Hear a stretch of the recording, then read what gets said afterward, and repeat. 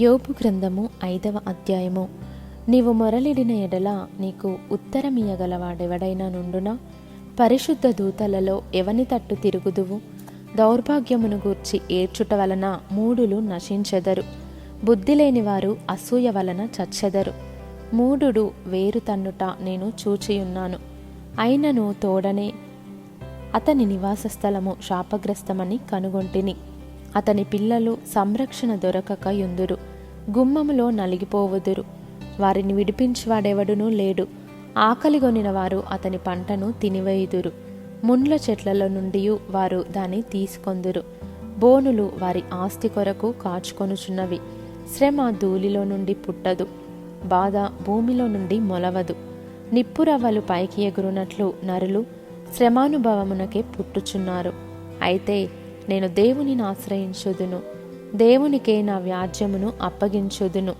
ఆయన పరిశోధింపజాలని మహాకార్యములను, లెక్కలేనన్ని అద్భుత క్రియలను చేయువాడు.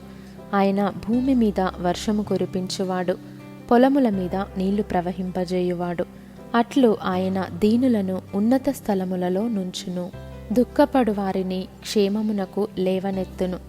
వంచకులు తమ పన్నాగములను నెరవేర్చ నేరకుండా ఆయన వారి ఉపాయములను భంగపరచును. జ్ఞానులను వారి కృత్రిమములోనే ఆయన పట్టుకొనును. కపటుల ఆలోచనను తలక్రిందు చేయును. పగటివేళ వారికి అంధకారము తారసిల్లును. రాత్రి ఒకడు తడవులాడునట్లు మధ్యాహ్నకాలమున వారు తడవులాడుదురు. బలాఢ్యుల నోటి ఖడ్గము నుండి, వారి చేతిలో నుండి ఆయన దరిద్రులను రక్షించును. కావున బీదలకు నిరీక్షణ కలుగును, అక్రమము నోరు మూసికొనును. దేవుడు గద్దించు మనుష్యుడు ధన్యుడు. కాబట్టి సర్వశక్తుడగు దేవుని శిక్షను తృణీకరింపకుము. ఆయన గాయపరిచి గాయమును కట్టును, ఆయన గాయము చేయును, ఆయన చేతులే స్వస్థపరచును. 6 బాధలలో నుండి ఆయన నిన్ను విడిపించును. 7 బాధలు కలిగినను నీకు ఏ కీడును తగులదు. క్షామకాలమున మరణము నుండి, యుద్ధమున ఖడ్గబలము నుండి ఆయన నిన్ను తప్పించును. నోటి మాటల చేత కలుగు నొప్పి నీకు తగులకుండా ఆయన నిన్ను చాటు చేయును. ప్రళయము వచ్చినను నీవు దానికి భయపడవు. పొలములోని రాళ్లతో నీవు నిబంధన చేసుకొని ఉందువు. అడవి మృగములు నీతో సమ్మతిగా నుండును. ప్రళయమును క్షామమును వచ్చినప్పుడు నీవు వాటిని నిర్లక్ష్యము చేయుదువు. అడవి మృగములకు నీవు ఏమాత్రమును భయపడవు.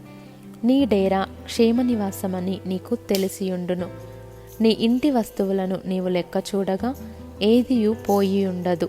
మరియు నీ సంతానము విస్తారమగుననియు, నీ కుటుంబీకులు భూమి మీద పచ్చిక వలె విస్తరించుదురనియు నీకు తెలియను. వాటి కాలమున ధాన్యపు పనలు ఇల్లు చేరునట్లు పూర్ణ వయస్సు గలవాడవై నీవు సమాధికి చేరెదవు. మేము ఈ సంగతి పరిశోధించి చూచితిమి, అది అలాగే ఉన్నది.